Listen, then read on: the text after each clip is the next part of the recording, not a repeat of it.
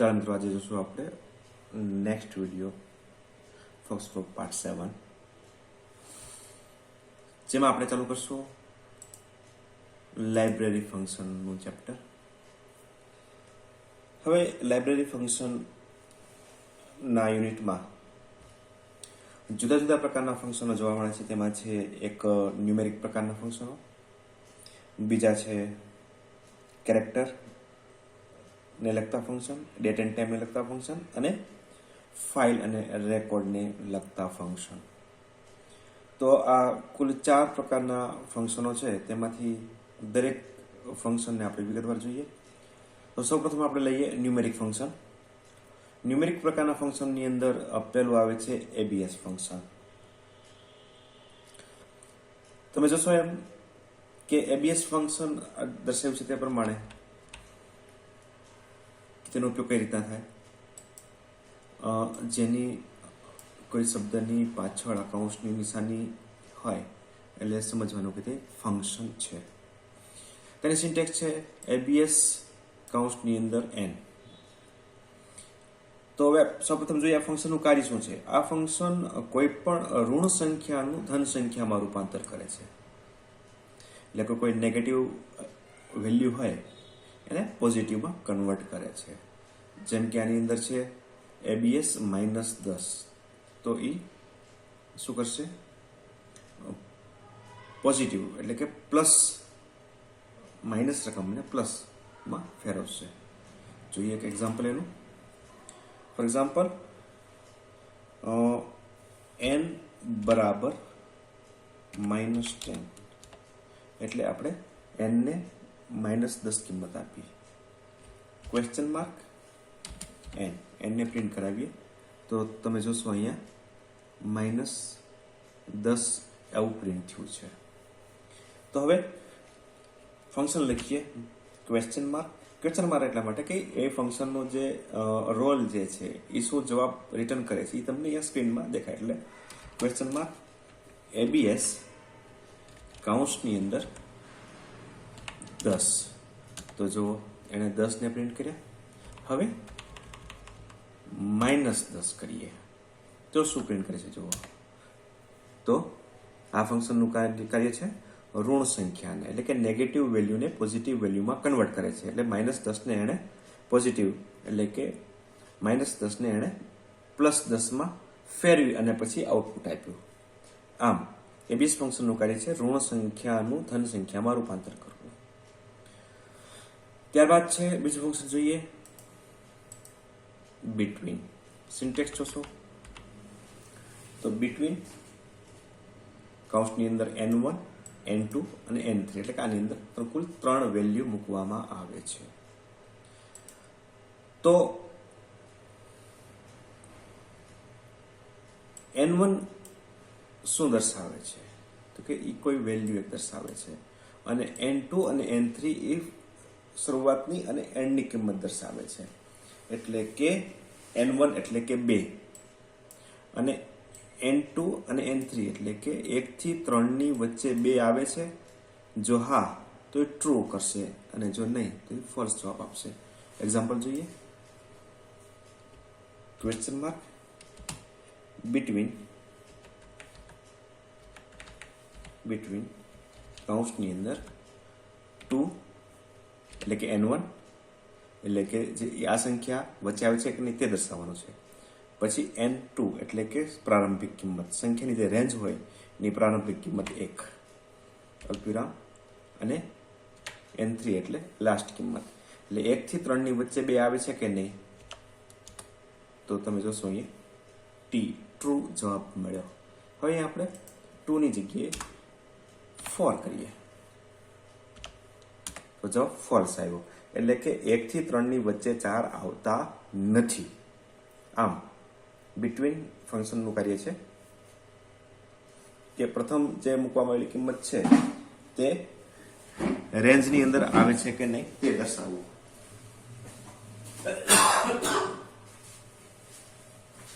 ત્યારબાદ next function જોઈએ ceiling. Syntax ceiling કૌંસમાં એટલે કે એની જગ્યાએ કોઈ પણ એક સંખ્યા હશે. તો સીલિંગ ફંક્શનનું કામ શું છે કે આ ફંક્શનમાં આપેલી કોઈ પણ સંખ્યા હોય તેની સૌથી નજીકની મોટી પૂર્ણાંક સંખ્યા તમને ડિસ્પ્લે કરે. જેમ કે આ 2.6 છે એ કઈ રીતના હોય તો આપણે એક એક્ઝામ્પલ હું તમને દેખાડું કે શરૂઆતમાં 2 હોય, પછી એના પછી રકમ હોય 2.1, પછી બીજી રકમ હોય 2.2, પછી 2.3, 2.4, આમ 2.9 સુધી હોય અને ત્યારબાદ 3. તો આ જે સંખ્યા છે 2.1, 2.2 જુદું રાખેલું તમે ખરા.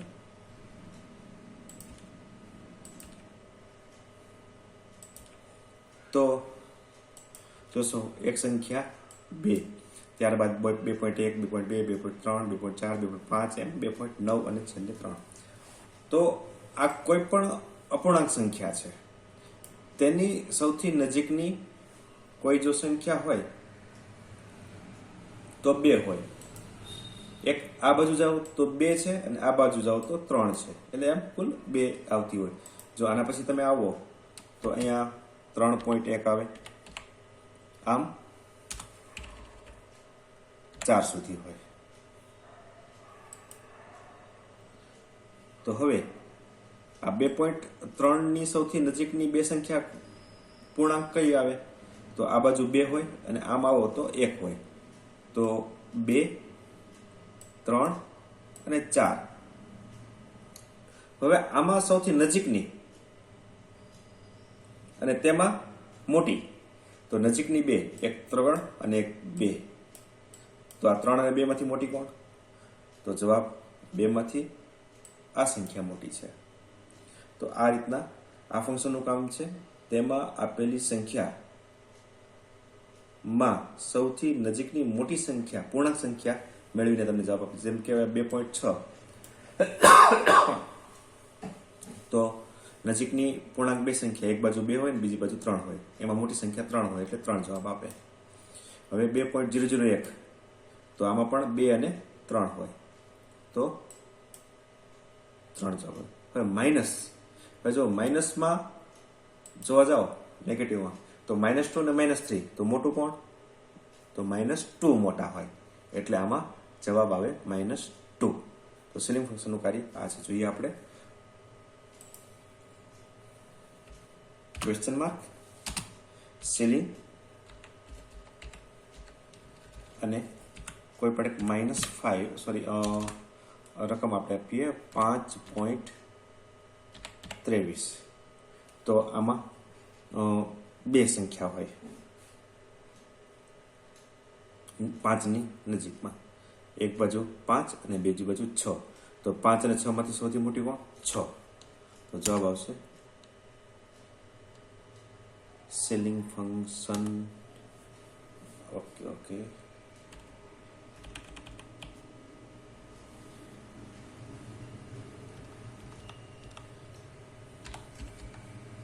સીલિંગ.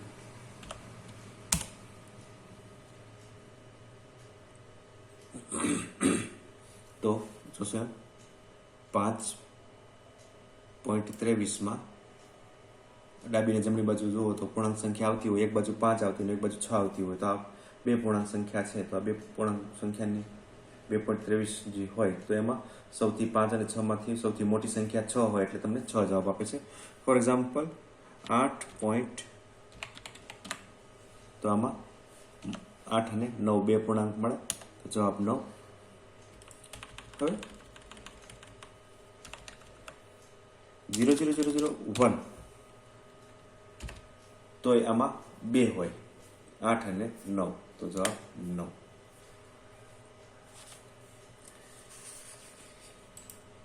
એ જ રીતના સીલિંગ પછી ફ્લોરનું કાર્ય શું છે? ઓકે, અહીંયા ફ્લોર શબ્દ આવશે.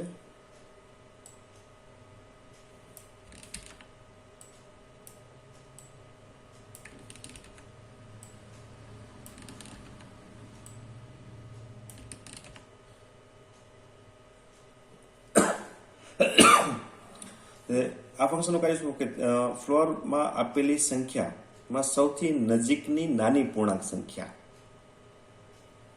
સિલિંગમાં શું હતું મોટી અને આમાં નાની, જેમ કે 2.6 તો આપણે અગાઉ જોયું એ પ્રમાણે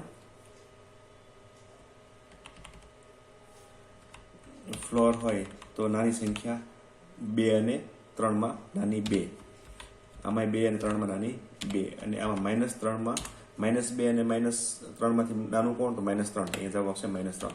એટલે કે આજે જોયું હતું એક્ઝામ્પલ પ્રમાણે 2, 2.1, 2.3, 2. આ રીતના હોય તો 2.3 જો તમે લ્યો તો આમાં પૂર્ણાંક સંખ્યા 2 આવે નજીકમાં, એક 2 અને એક 3. આ બંનેમાંથી નાની કોણ તો નાની 2. તો ફ્લોર જે છે એ સૌથી નાની સંખ્યા પ્રિન્ટ કરી તમને આપે છે. એક્ઝામ્પલમાં જોઈએ.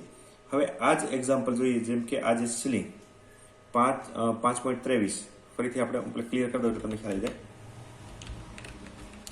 ઓકે, એમાં લઈએ હવે પેલું સિલિંગ રન કરાવીએ. એટલે સિલિંગમાં જવાબ આવે છે 5.23 માં સૌથી મોટી સંખ્યા 5 અને 3 માં બેમાંથી સૌથી નજીકની અને મોટી હોય તો 5 અને 6 માં 6, તો એને 6 સામે જવાબ આપ્યો. હવે આને નાને આપણે ફ્લોરમાં લઈએ.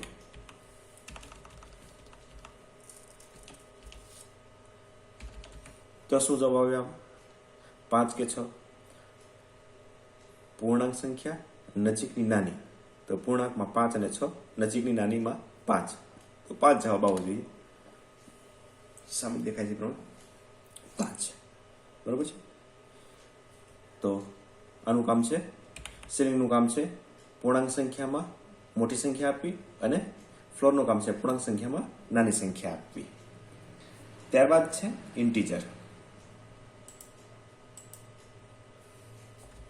ત્યાર પછીનું ફંક્શન આવે છે ઇન્ટીજર. હવે આ ફંક્શનનું કામ શું છે કે આ ફંક્શનમાં આપેલી પૂર્ણાંક સંખ્યાનો ફક્ત આ ફંક્શનનું કામ છે આ સંખ્યામાં આપેલી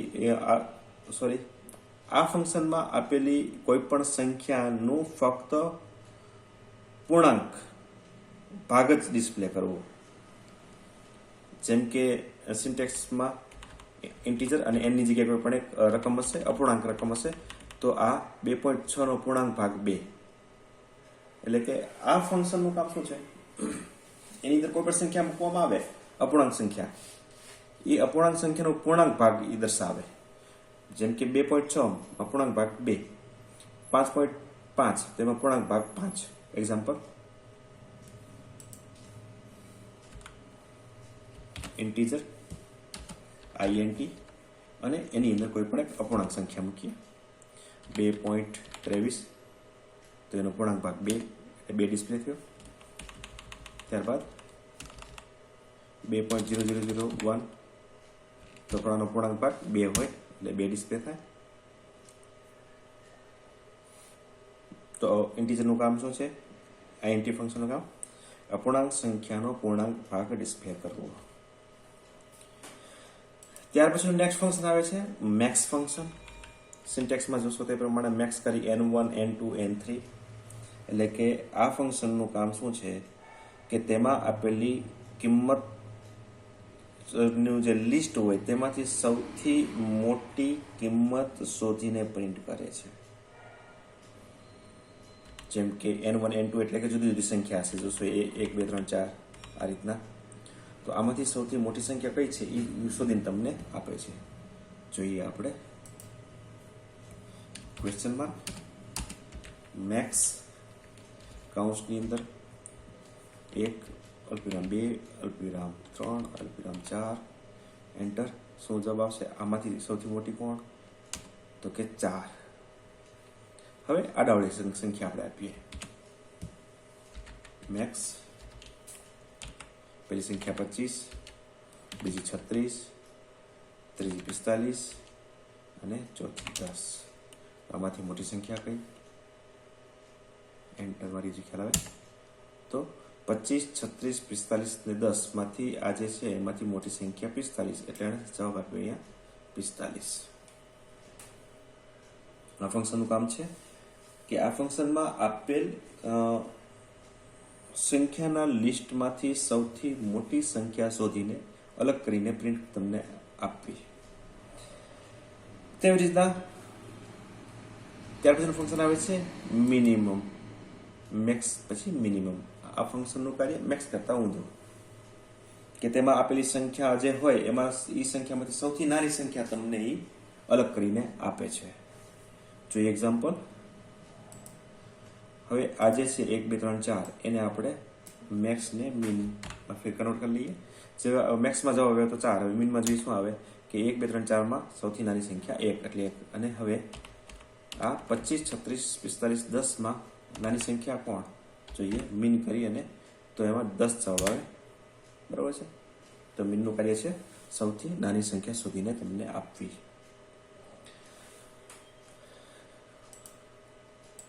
ત્યાર પછીનું ફંક્શન, નેક્સ્ટ ફંક્શન મોડ. મોડનું કાર્ય શું છે કે જેમ ભાગાકારથી કોઈ સંખ્યાને ભાગવામાં આવે અને તેનો જે જવાબ આપણે આવે છે એને ભાગફળ કહીએ છીએ. તેવી રીતના નીચે જે ભાગાકારમાં જે છે નીચે આવે, બરાબર, શૂન્ય કે જે પણ કાંઈ જે સંખ્યા વધતી હોય બાદ કરતા, તો તેને આપણે શેષફળ કહીએ છીએ. તો મોડ ફંક્શન છે એ ભાગફળ નહીં પણ શેષફળ શું છે એ તમને દર્શાવે છે. જેમ કે 5/3 એટલે 5 તેરી 15, 15 માંથી 15 જાય 0, ભાગફળ 5 પણ શેષફળ કાંઈ વધતું નથી એટલે કે એમાં 0 એટલે શેષફળ 0 આવશે એવું દર્શાવે છે કે એમાં શેષ કાંઈ વધતી નથી. જોઈએ ક્વેશ્ચન માર્ક, મોડ અને 15,3 એટલે કે 15 ને 3 થી ભાગો એટલે 5 તેરી 15, ભાગફળ 5 અને શેષફળ 0. તો જોશો શેષફળ 0 આવ્યું. હવે આ 15 ને તમે 2 વડે ભાગો તો 7 દુ 14, 15 માંથી 14 ગયા એટલે શેષ વધી 1. તો શેષ 1 વધે એટલે એમાં શેષફળ જવાબ આપે છે એટલે 1 જવાબ આવવો જોઈએ, 1. બરોબર છે. અમુક રકમ એવી લઈએ કે જેમાં શેષફળ જાજુ વધતું હોય. ફોર એક્ઝામ્પલ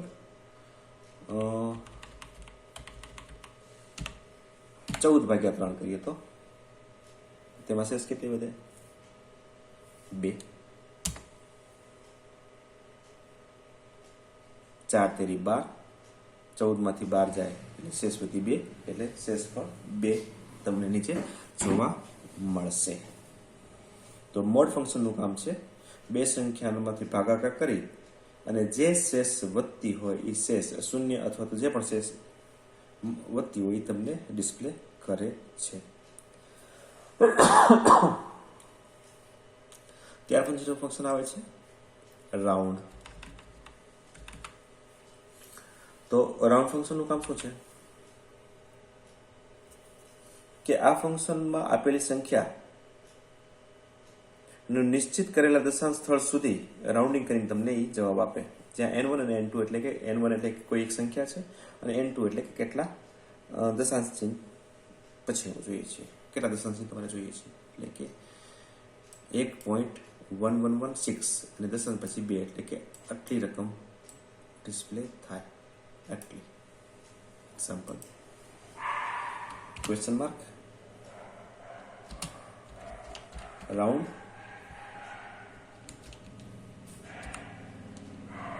1.1116 કોમા 2 તો જોશો 1.11. બરાબર છે. ત્યારબાદ જોઈએ નેક્સ્ટ ફંક્શન સ્ક્વેર.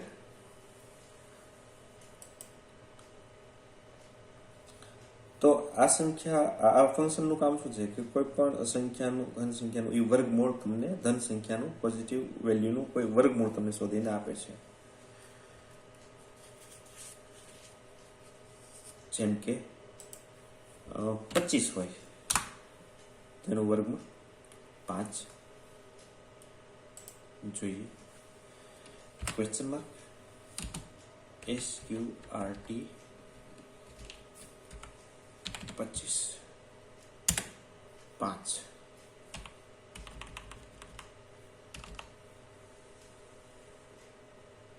9 3 81 9 બરોબર છે. અને ત્યાર પછીનું ફંક્શન